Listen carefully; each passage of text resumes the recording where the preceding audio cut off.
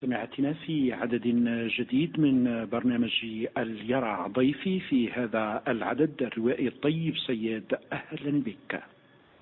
أمسية طيبة، أهلا وسهلا وشكرا على هذه الدعوة الطيبة في إذاعة تيرت. مستمعينا مستمعاتنا، تعرفتم بضيفي الكريم الروائي الطيب صياد. كيف بدأت البداية مع الرواية؟ هل كانت البداية مع الرواية أم مع القصة أم مع الخاطرة ومع الخربشات الأولى؟ على كل حال، يعني الكتابة كانت صديقة قديمة لي. فأنا نشأت في أسرة محبة للأدب والقراءة. فكانت بداياتي منذ أن عقلت على نفسي واستطعت أن أكتب الحروف الأولى. كنت أحاول أن يعني أجرب كتابة شيء ما منذ سنوات الابتدائي، أتذكر ذلك جيدا. كنت أحاول كتابة قصص يعني صغيرة على قدر ذلك العمر. ثم طورت نفسي بدءا من المرحلة المتوسطة. كانت هناك فرصة جميلة جدا لقراءة مجموعة كبيرة من الكتب في مكتبة المتوسطة التي كنت أدرس فيها. ذلك فتح علي بابا خياليا للالتصاق والاهتمام بالكتابة ومحبتها. تجاربي الأولى في السنة التاسعة من التعليم المتوسط كانت مع الشعر. أنا تدربت شخصيا وبقدرتي الشخصية الخاصة على كتابة الشعر العربي الموزون.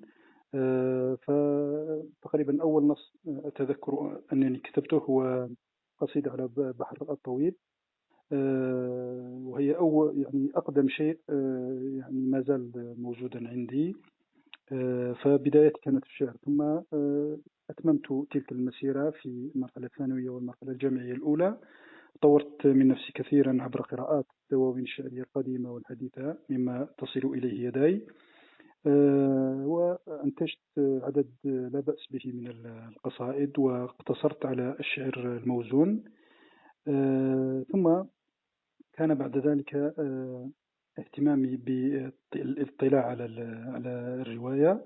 كنت في البداية أقرأ يعني أقرأ الروايات دون أن أفكر بالكتابة، لكن مجال تخصصي في الأكاديمية أو في الجامعة الجزائرية في جامعة الجزائر العاصمة واحد كان متعلق بالمخطوطات العربية والإسلامية. فكان أن وقعت في خلدي أو في بالي فكرة إنشاء رواية تتعلق أو تحكي قصة المخطوطات العربية والإسلامية المفقودة، لأكتب أو لأصل إلى كتابة أول عمل روائي لي بناء على يعني اهتماماتي الأكاديمية. نعم، بين الشعر والرواية الروائي الطيب صياد، كيف كانت هذه الانتقالات؟ كيف استطعت أن تنتقل من الشعر إلى الرواية؟ وهل كانت الرواية وأنت تكتب عن المخطوطات هي رواية تحمل ملامحا تاريخية؟ العلاقة بين الشعر والنثر في نظري هي علاقة متداخلة جدا. أنا لم أنقطع عن قراءة النصوص النثرية حتى في بداياتي الأولى لما كنت أكتب الشعر.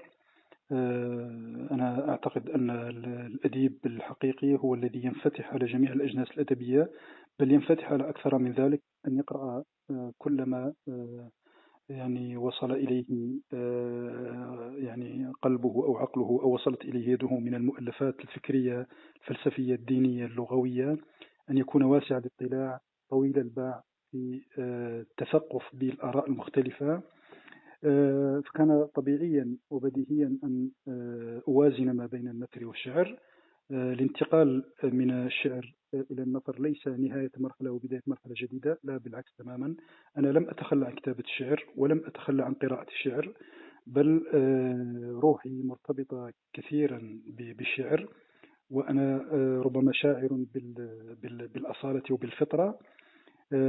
نعم، أنا لم أنشر قصائدي ولم أنشر أي ديوان شعري، ولكني يعني استمررت في كتابة القصائد، حتى أني خلال كتابتي للأعمال الروائية فيما بعد كنت ما زلت مسكونا بالروح الشعرية والشاعرية، فكانت جميع أعمالي ونصوصي التي نشرت إلى حد الآن مطبوعة بطابع شعري، سواء عن طريق أبيات واستدلالات واقتباسات داخل الحوار، أو باستعمال اللغة الشعرية في بعض النصوص التي ربما سنتحدث عنها فيما بعد. نعم، عن الشعر والرواية، عن الشعر والنثر، هل نستطيع أن نقول عندما نمزج بين الشعر والنثر أننا نشكل نصا جديدا يحمل من موسيقى الشعر وأيضا يحمل من جمالية السرد الروائي الطيب صيد؟ هو من الصعوبة بمكان أن نحرر تعريفا للنثر وتعريفا للشعر، فجميع النقاد والمفكرين الباحثين في المجال الأدبي وفي النصوص الأدبية والأجناس الأدبية قديما وحديثا صعب عليهم إيجاد تعريف خاص بالشعر يكون منضبطا وصارما، حتى أن هنالك مصطلحا ظهر فيما بعد هو مصطلح اللغة الشعرية، واللغة الشعرية يعني اضطروا لإنشاء هذا المصطلح لأن بعض النصوص النثرية في القصة وفي الرواية تحمل روحا شعرية، وهناك يعني روائيون وأدباء معروفون بلغتهم الشعرية، كما أن هناك أدباء آخرين يتهربون منها ويستعملون اللغة الواقعية والصارمة والسطحية وغير ذلك من الأساليب.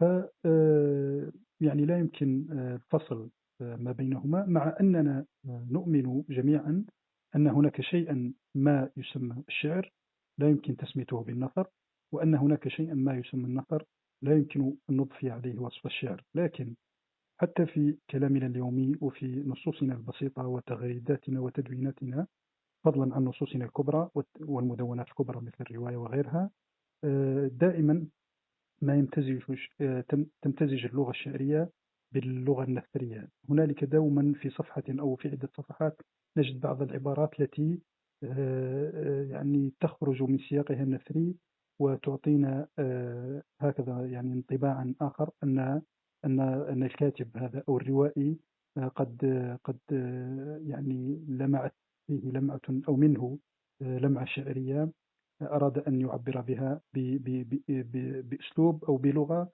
مختلفة تماما عن بقية الرواية أو بقية المجموعة القصصية.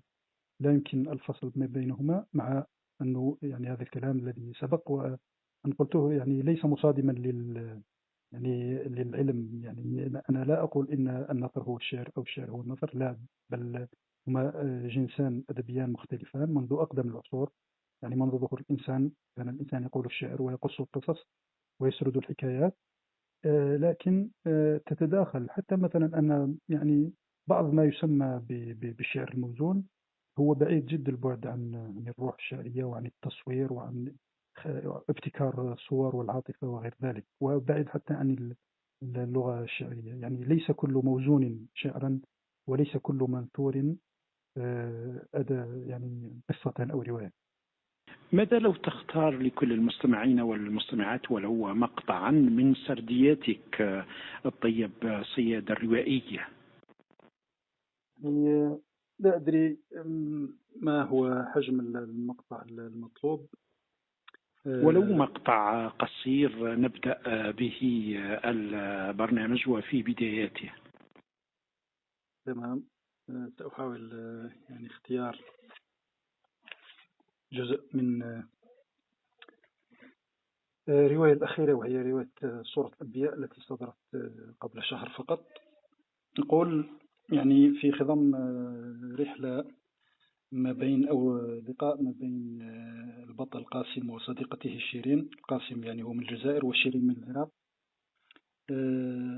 أقول في وصف هذا المشهد الصامت: كان الصمت مرحلة زمنية تساعد العقل حتى يتخذ أصوب ما يمكن فعله، فالكلام إذا خرج على هيئة خطاب فيغطس دون ريب في نهر العاطفة الجاري قرب أكمة الذهن. فيعيش الإنسان لحظات البلاء الأعظم فيظن أن لا شيء من الحياة بعدها، ثم تفرج تلك الظلمات وينجلي أمامه مهيع الحياة بحركتها الجبارة، وكأنه لم يمر به أي سوء، ينثر عليه النسيان ذراته السحرية، فيخلق المرء خلقا جديدا لا يعرف من نفسه سوى الاسم والجسم.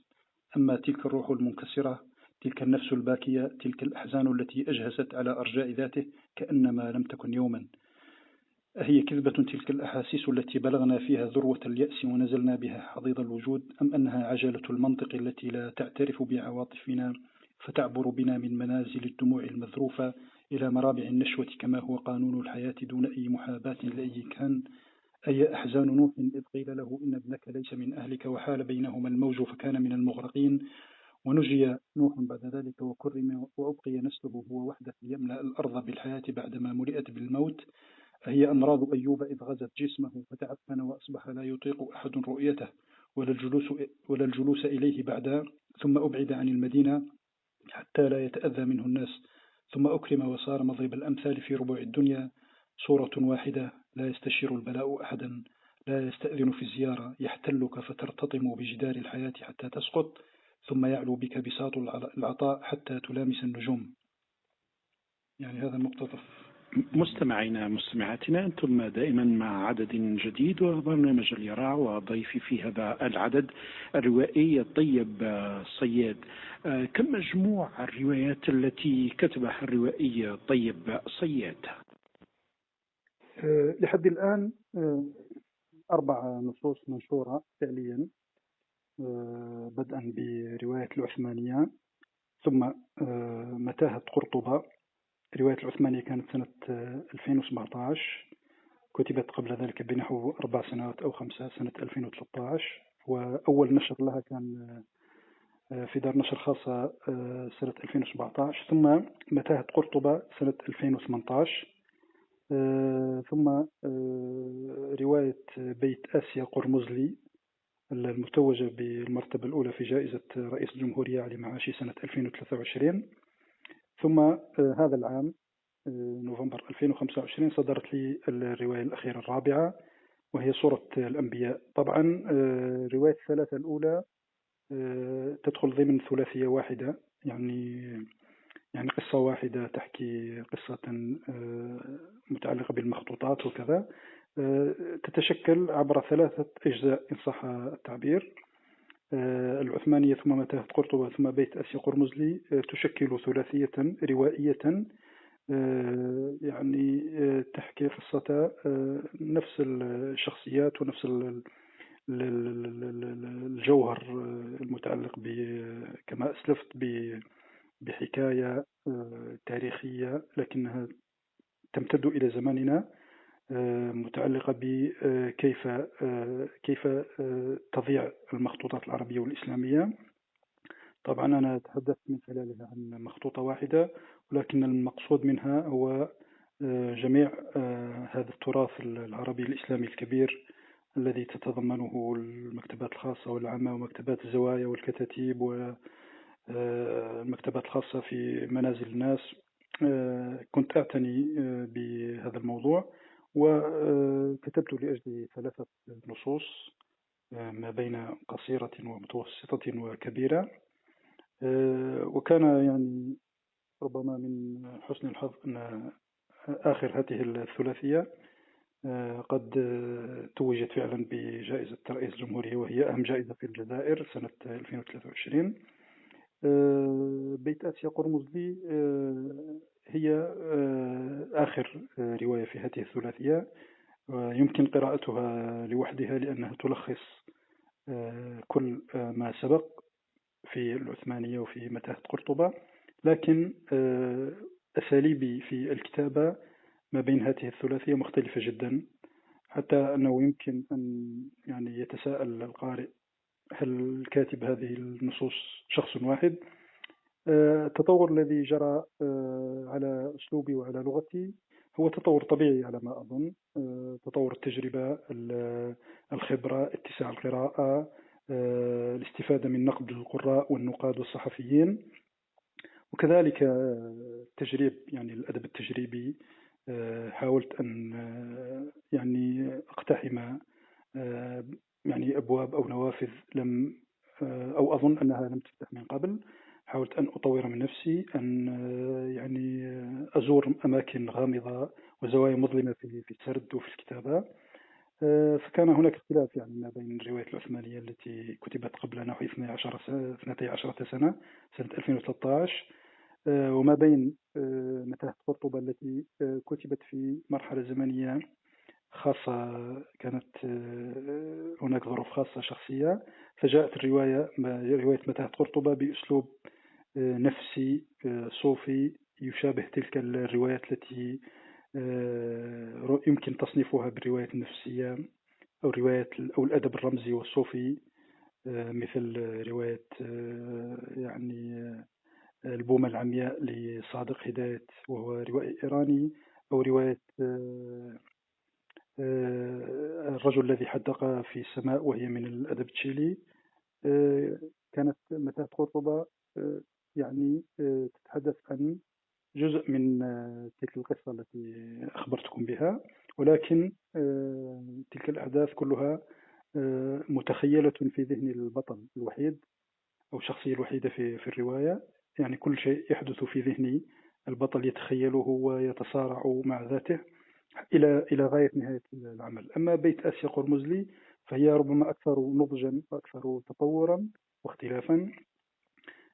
ابتكرت فيها بعض الأساليب الجديدة في السرد وفي يعني التلاعب بالقصة، وفي يعني الربط ما بين المستوى السردي والمستوى الفلسفي، لأن العنوان الفرعي لبيت آسيا قرمزلي هو تاريخ التخلص والدهشة، وهو منزع فلسفي معروف، فلسفة التخلص، محاولة تفسير كل شيء على أنه انتقال من مرحلة إلى مرحلة، أي التخلص من شيء إلى شيء آخر. كذلك تبويب الرواية والخاتمة التي احتوت على فصلين مبتكرين بطريقة جديدة، كما يعني يقول ذلك كثير من القراء والنقاد الذين اطلعوا على الرواية. لكن يعني أنا أرى أن هذه الثلاثية ونجاح بيت آسيا قرمزلي في الجائزة هو نجاح لكل الثلاثية يعني. أما رواية جديدة، رواية سورة الأنبياء، فهي قصة أخرى مختلفة تماما، تتحدث عن يعني قصة أسطورية من تاريخ الفنون الدينية. هذه القصة يعني ليس لها أثر مادي، ليس لها أدلة مادية حقيقية، ولكن أنا اعتمدت على بعض المرويات هنا وهناك في بعض الكتب العربية والكتب اللاتينية وكذلك الكتب الصينية، كلها تحدثت عن شيء متشابه، هو وجود أو دعوى وجود لوحة فنية تجمع أو تصور الأنبياء عليهم السلام. فأنا حاولت بناء قصة تتتبع البحث عن هذه اللوحة المزعومة. طبعا أعدت تشكيلها بأسلوبي الخاص وبخيالي الخاص. كما تعرفون هو هذه هي وظيفة الروائي. يعني أنا لست مؤرخا، يعني ليس علي أن أذكر حقائق، ولكن علي أن أتخيل أشياء تمتع القارئ ولكن تفيده بمعلومات موثقة. فهذه سورة الأنبياء تجمع يعني في رحلة ما بين موظف جزائري يعمل في متحف نصر الدين الديني بمدينة بوسعادة مع سيدة عراقية اسمها شيرين، كذلك مهتمة بالآثار واللوحات الفنية والآثار المفقودة. يجتمعان صدفة في لقاء ما، ثم ينطلقان في هذه الرحلة غير المحسوبة العواقب. و يعني يمكن كذلك تصنيف هذه الرواية في أدب الرحلة، لأنهما ينتقلان من بلد إلى بلد ويغامران بأرواحهما وبما يكتسبان لاكتشاف حقيقة هذه اللوحة. وهذه الرواية سورة الأنبياء صدرت مؤخرا في المعرض الدولي قبل شهر عن دار أدليس في باتنا. مستمعينا مستمعاتنا، أنتم دائما مع عدد جديد وبرنامج اليراع، وضيفي في هذا العدد الروائي الطيب صياد. ربما عندما يستمع المستمع ربما يتساءل مثلما أنا أتساءل: هل الرواية صناعة الروائية الطيب صياد؟ أرى أني سأوافقك إلى حد كبير. الكتابة كلها يعني صناعة، حتى أن يعني علماءنا العرب ألفوا عدة مؤلفات في التراث العربي والإسلامي،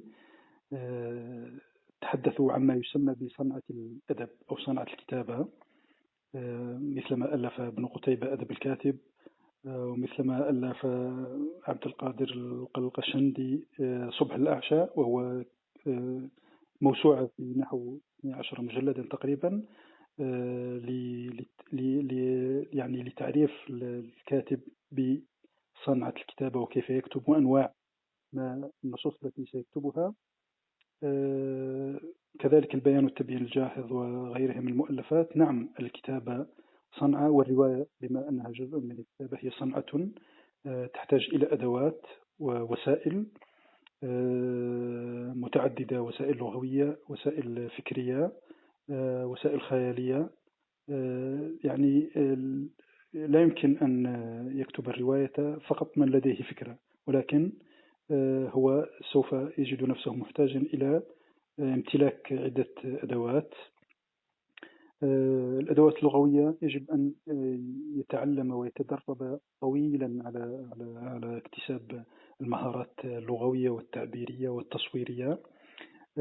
يجب أن يتدرب على يعني أن يوسع من قوته التخيلية، لأن الخيال هو أساس الأعمال الروائية كلها والأعمال السردية جميعا. كذلك الأدوات الفكرية والذهنية، والتي أقصد بها يعني القدرة على استعمال التفكير المنطقي لكتابة الرواية حتى لا يقع في التناقضات والأخطاء السردية التي سيكتشفها القراء فيما بعد. فنعم، هي صناعة صعبة جدا. في الختام، ولو مقطع قصير قبل الختام لكل المستمعين والمستمعات من أحدى رواياتك، مقطع قصير. طبعا هذا المقطع هو من كلام إحدى شخصيات رواية بيت آسيا قرمزلي، وهي شخصية آسيا بنفسها. تقول: وقد كتبت نصا موجها للقراء، نص طويل سأقتبس منه هذه الفقرة فقط.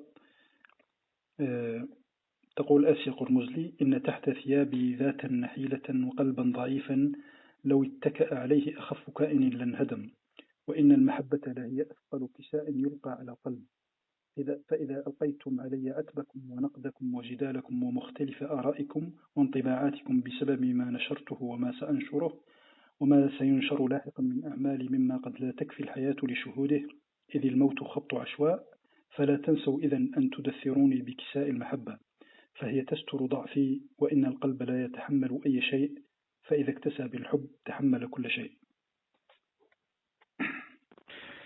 في الختام الروائية طيب صياد، قل ما لم تقل. في الحقيقة هذا أول يعني حضور إعلامي لي في جهة الغرب الجزائري. أنا سعيد بهذا اللقاء. لم يسبق لي أن تلقيت اتصالا أو ندوة أو لقاء في منطقة الغرب الجزائري التي أحبها، وهي منطقة قارئة ومثقفة. أتمنى أن يصل صوتي وأن تصل مؤلفاتي إلى تلك الربوع الجميلة، وأن تقرأ نصوصي بثقافة أخرى وبمنظور آخر في ولايات الغرب الجزائري. أنا سعيد بأن أكون ضيفا على إذاعة تيارة الجهوية، إلى ربما فرص متكررة أخرى ومحطات أخرى إن شاء الله. سعدت بهذا اللقاء الروائي. طيب صياد، كان هذا برنامج اليرع، وهذا الطيب العزب يحييكم. سلام.